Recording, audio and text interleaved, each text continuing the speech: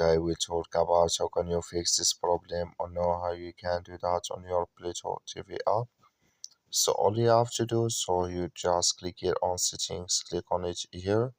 When you just click here on settings, it's going to show for you list like this here. So then you go down, just keep going down, click here on apps, come to apps list here, and there you're looking for Pluto app, or just click on search. Then here at Pluto TV app, just click on it. So then it's going to take you to this list. Click on for stop, click on OK.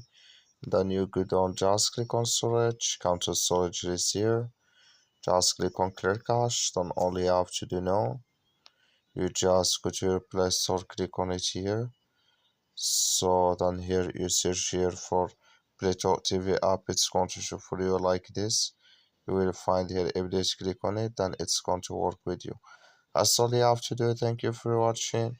Don't forget to support us by liking and subscribe.